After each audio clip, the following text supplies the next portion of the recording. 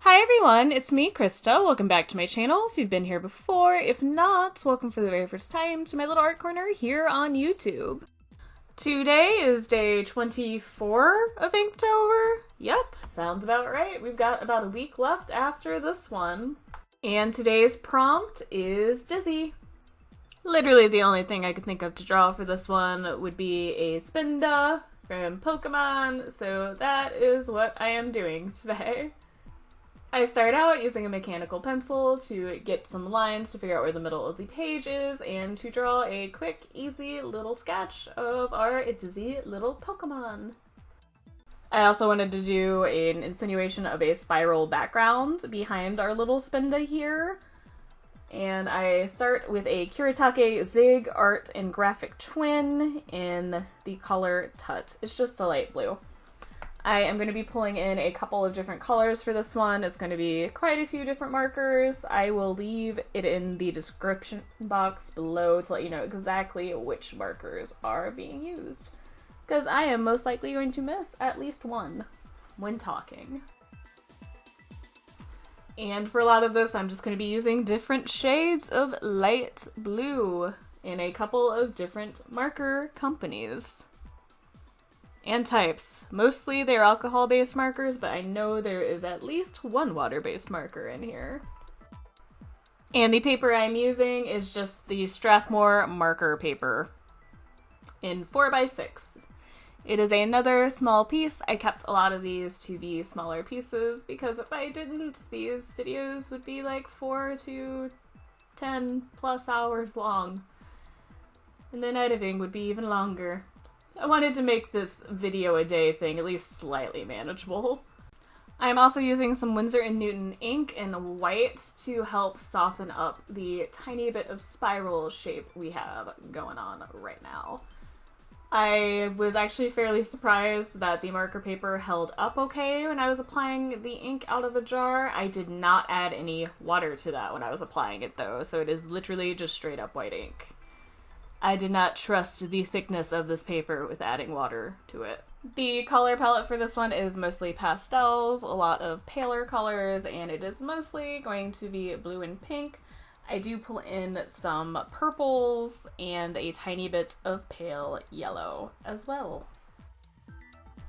And for this one, I did most of the coloring before doing any of the outlines. I was contemplating whether I wanted to use black lines or if I just wanted to use a light gray to line it or even a light blue to line it. Since I wasn't sure what the plan fully was, I started with the coloring and then decided to build on that later. And like normal, when I do any kind of colored piece, I do go pretty ham on the colors. I got quite a few markers out. And I really shouldn't need that many markers for a piece like this, but I do. It's just how I work. My favorite marker to bring in for a lot of these colored illustrations like this is the Winsor & Newton pigment marker in white. It is technically a white blender, so it can pull the color you have up a little bit. It works almost as though you are using paint on top of paint, and I am a fan. It will not usually pull it up to be straight up white, but it will lighten things up and blend things out fairly well. For the light shadows, I am pulling in Grayish Lavender, and I am also pulling in Frost Blue. These are both Copic maca colors. And to add a little bit more fun and character, I am pulling in Violet for a couple of sections as well. I do start doing some outlining very tentatively using the Copic Pen FO2 in black. At this point, looking at the drawing, it almost looks like our Spinda is in Alfred Hitchcock's Vertigo, but in a pastel version. And after using that Copic pen in order to get some lines in, I do decide to bring in a gray marker. specifically a Faber-Castell Pitt Artist Pen in warm gray, and it's just one of the brush ones. And at this point I am just using that warm gray marker to outline the entire thing and to add some darker shadows. And for a lot of this, I am just jumping between a couple of different markers. I do eventually pull in a white Posca pen to help pull out some brighter white highlights. And I do pull in the grayish lavender again to do the outline. And this is before I decide to bring in a black marker later to further define that outline. At this point, I do pull in a white gel pen to help differentiate our spinda from the background a little bit more. Which, this is the same white gel pen I've been using for most of Inktober. It is a Uni-Ball Signo Broad, and I know in the very first video that I used it in, I said it was dying, and I am still using it, and I'm pretty sure it is almost completely out of ink now. For realsies this time.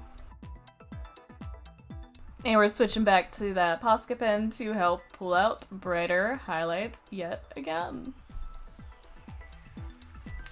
You'll notice with most of these videos, I am literally just jumping between every single item I am using multiple times. Just how I roll. I do pull in that grayish lavender color again for the background just to mute that blue slightly. And this is the point where I commit to using a thicker black liner for most of the drawing.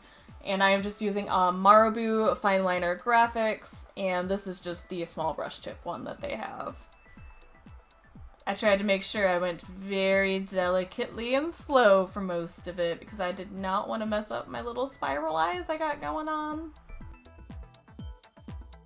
And for finishing touches, I pull in the white gel pen to the background, and I also pull in the black Copic drawing pen, just to add a few small lines. And we're just throwing in those finishing details. This drawing was a lot of fun to do. It's always fun for me to play with color. It's one of my favorite things in the world. And doing something cute and silly every once in a while to lighten up the mood, because I do paint some scary things. Doing something like this every once in a while is refreshing. Well, this video and this drawing are almost done. If you liked this video, please hit that like button. If you have any comments, questions, feelings, or concerns, or you want to share what you've been doing this Inktober and what stuff you've been using, what you've been drawing, let me know in that comment section down below. If you want to see more videos like this, please feel free to subscribe. Thank you so much for taking the time out of your busy day or night to watch this video and listen to me ramble about art stuff. I really appreciate it. I look forward to hearing from you guys soon, and you will definitely be hearing from me soon. Bye, everybody!